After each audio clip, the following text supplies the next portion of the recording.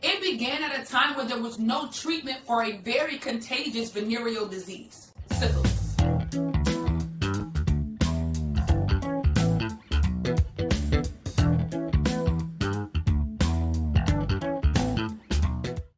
Welcome back to another episode of Did You Know That in Black History. I'm so glad that you could be joining us today. Before we begin, make sure you like, comment, share, and subscribe if you enjoy these videos and you like what you're hearing and what you're learning so that we can keep this thing going. Listen, this one won't be a quick one, all right? I can't promise you 3 minutes or less, so you might want to sit down, might want to grab you some tea. I have my chai tea latte today. You might want to also grab a notebook because you just might learn something.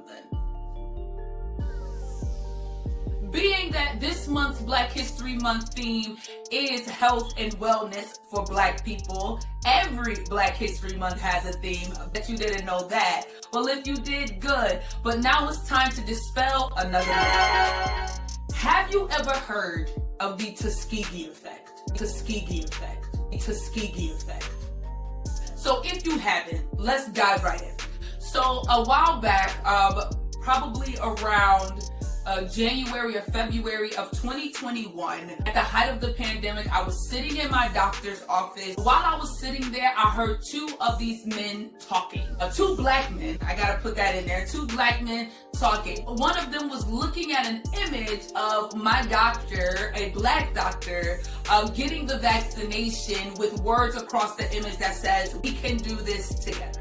Now, these black men were probably a little bit older than myself, maybe mid to late 30s, if that.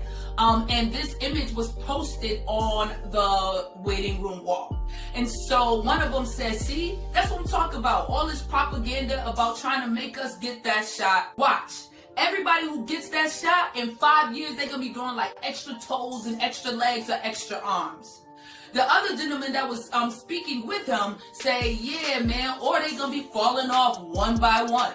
You remember what they did to us in the Tuskegee Experiment, right?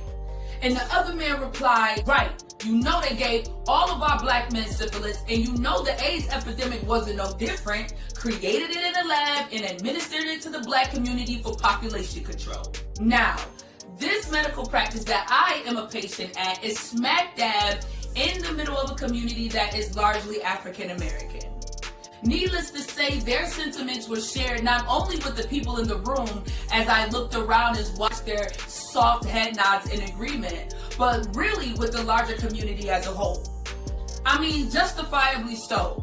With the U.S.'s track record and history with the treatment or lack thereof for black and brown people in our communities, I wouldn't trust it either. But we'll discuss that toward the end of this episode. Now, what really stood out to me, though, was the Tuskegee Experiment comment.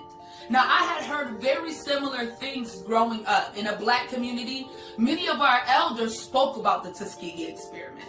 It was something that was breezed over in our history books.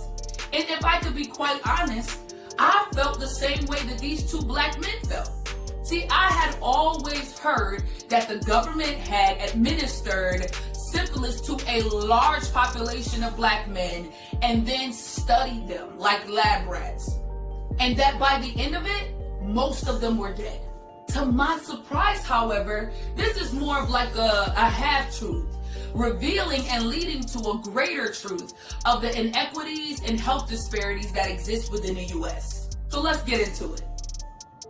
So the Tuskegee Experiment began in 1932.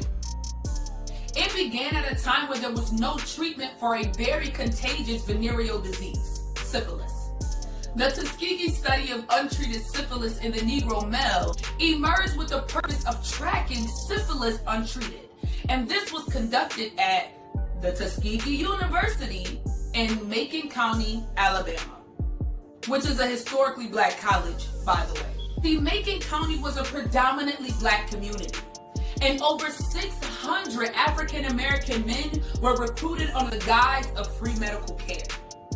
Labeled as uneducated, impoverished sharecroppers, these men, who many had not gone to a doctor's visit before, were lured in by the promise of free medical examinations, hot meals, free treatment for minor injuries, rides to and from the hospital, and a burial stipend of up to $50 for their survivors.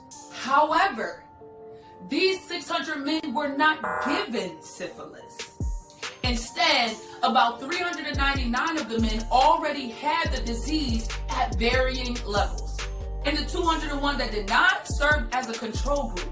Both groups were withheld treatment for the 40 years that they were being observed, y'all. They were subject to painful and humiliating tests and experimentation. And even when penicillin became the recommended treatment for syphilis in 1947, 15 years into the study, they still did not provide these men with any treatment beyond placebos and aspirin.